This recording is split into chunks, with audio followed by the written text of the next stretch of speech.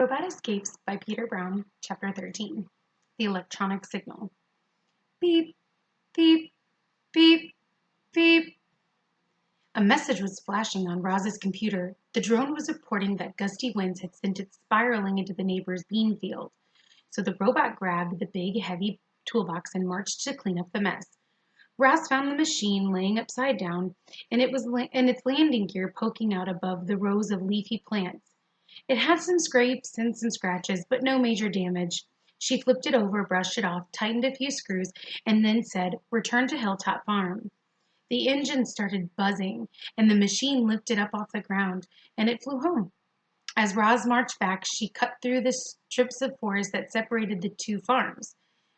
There were trees and ferns and rocks and shrubs and small forest animals. It was a little piece of wilderness, and suddenly the robot was thinking of the wild island that she missed so very much. Someday she would try to make a run for it and return to her true home. Was this the moment for her escape? Could it be that easy just to sneak off through the trees? No, couldn't be that easy. Ahead, on the other side of the trees, Mr. Sharif was sitting in his pickup truck waiting for Roz. Because of the robot's electronic signal, he knew she had stepped off of the property and had raced out there to see what she was up to. Roz marched over to the truck, and Mr. Sharif leaned out his window and had a serious expression on his face. "Don't ever leave the property without my permission. Understand?" "I understand," said Roz. She understood all right. She understood that she was always being watched. She understood that she was trapped on Hilltop Farm. Sorry. Here we go. Chapter 14, The Sad Truth.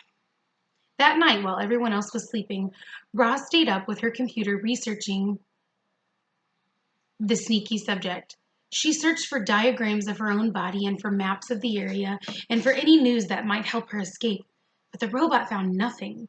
The computer only let her access information about farming. She was cut off from the outside world. It was clear that if Roz wanted to escape from her new life, she would need help. But the cows didn't know how to escape, and Mr. Sharif would never let his robot leave. Who would possibly help Roz run away from the farm? Chapter 15, Children. As time strolled by, Roz saw less and less of Mr. Sharif, but she saw more and more of the children. They were shy at first, and the robot might look up from the pasture and see Jad peeking around the corner of the barn, or see Jaya spying on them from the branches of the tree. But the children were growing bolder. And then one day Roz marched into the workshop and heard giggling. She walked across to the closet in the back, opened the door, and there was Jaya smiling and trying not to laugh. "I'm hiding from my brother," whispered the girl. "Close the door." The robot closed the door. A minute later, Jad ran in, flushed and out of breath. "Hey, Roz, have you seen Jaya?" The robot just stared.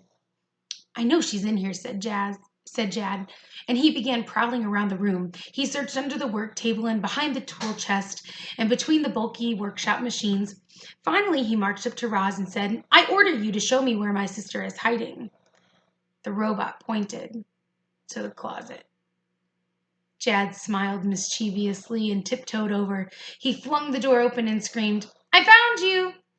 "No fair," Jaya whined. "Roz showed you where I was hiding." The girl scowled at the robot. "That is not very nice, Roz. But you can make it up to me by playing hide and seek. Count to 100 and then try to find my brother and me. Okay?" There was a brief pause, and then the robot said, "Okay." Jaya and Jad squealed with delight and scampered out the door as Roz started counting. The robot's sensitive ears listened carefully to the children outside. She heard quick footsteps crunching across the driveway, and she heard the giggles and the sounds of tree branches shaking. She heard a grunt and the sound of hay bales being shoved to the side. And when the robot finished counting, it took her exactly 5 seconds to find Jaya up in the tree, and it took another 8 seconds to find Jad in the hayloft. Wow, Roz, you're really good at hide and seek, said Jad as he picked hay from his hair. Jaya snorted. Yeah, well, let's just see how good she is at hiding. Roz was even better at hiding. While the children counted, the robot silently slipped away, and an hour later they still hadn't found her. The siblings stood in the driveway, defeated. We give up, Roz, shouted Jad. You win, said Jaya. The junk pile in the barn started to move, and Roz appeared. The robot was sitting there all along, perfectly camouflaged among the scraps of metal and old farm machines. The next time we play, you have to let us win, said Jaya to Roz. And the next time they played, Roz did. The robot enjoyed having the children around. They brought a little lightness to her world, and she hoped to bring a little lightness to theirs. Life must have been very dark since their mother passed away. However, Roz had another reason for wanting the children around. She needed them. Her only chance of ever returning to her home was if Jaya and Jad could find in their hearts a way to help her escape. But that was a delicate situation. If Roz tried too hard, the children might say something to their father. And if she didn't try hard enough, she might be stuck on that farm forever.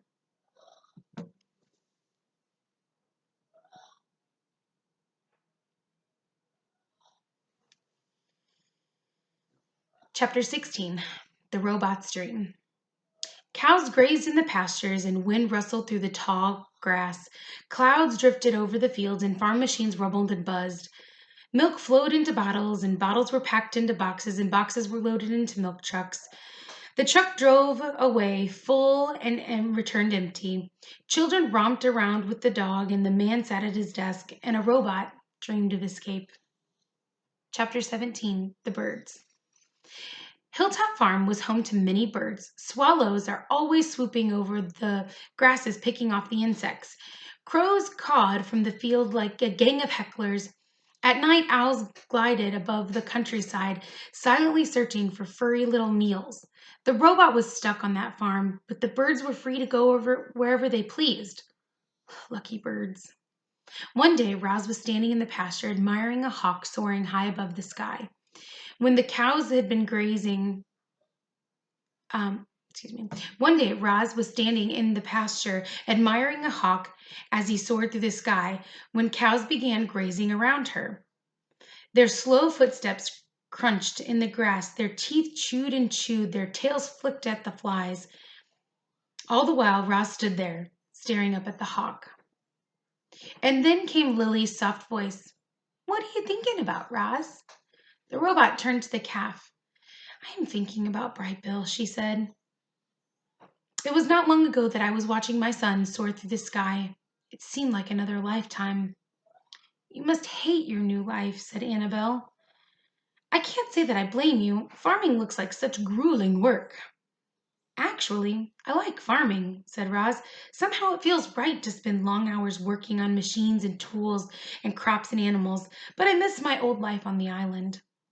Tess had a mouthful of dandelions, but that didn't stop her from starting to speak. Maybe you can start thinking of this farm as your new home.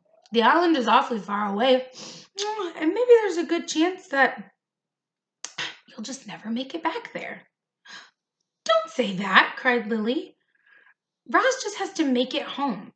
She needs to be with Bright Bill and her friends. Tess is right, said Roz. I may never make it home. If I were a bird like my son, I could fly home all on my own anytime I wanted. But I'm a robot. Nobody spoke after that. The cows went back to grazing, and Roz went back to admiring the hawk. Her eyes followed the bird as he soared through the sky, free to go wherever he pleased.